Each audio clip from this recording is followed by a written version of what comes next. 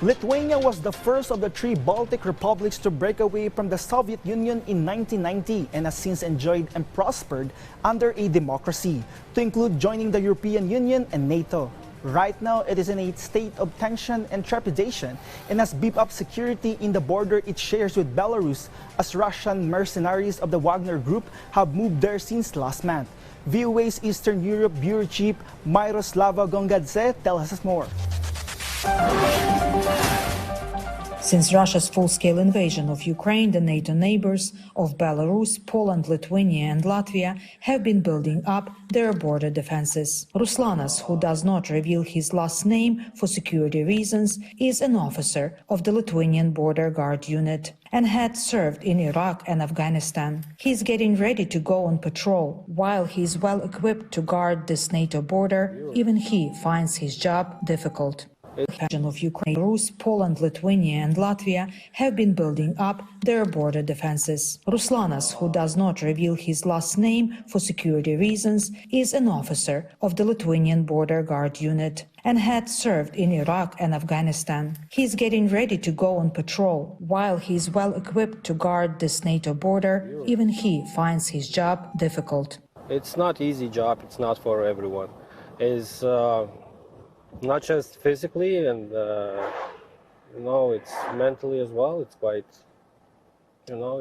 it's quite tough. In the past 2 years, he and his colleagues have dealt with provocations from Belarus, including border violations such as Belarus' decision to send illegal migrants into Lithuania. We saw it and how they was pushing them and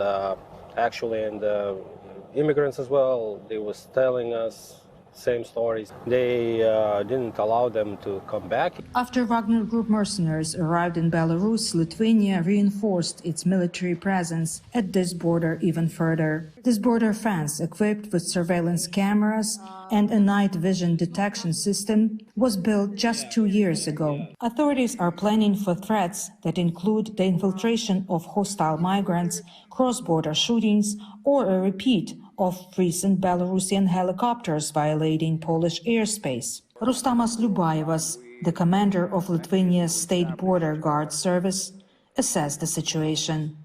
I would probably say that the situation is stable, however very tense, because we consider that Belarus is actively participating in the aggression against Ukraine. And the security situation in our region is very tense, also because of the presence of Wagner Group persons in Belarus. Liubajevas told VOA the war in Ukraine has impacted his country's approach to national security. It definitely changed drastically the mentality, changed the perception of the security situation by the public as well as by the law enforcement community. From our perspective, speaking about border guards, we started to pay much more attention to the national security issues. In the State Border Guard Service became part of the National Defense Forces in case of military conflict, in case of aggression.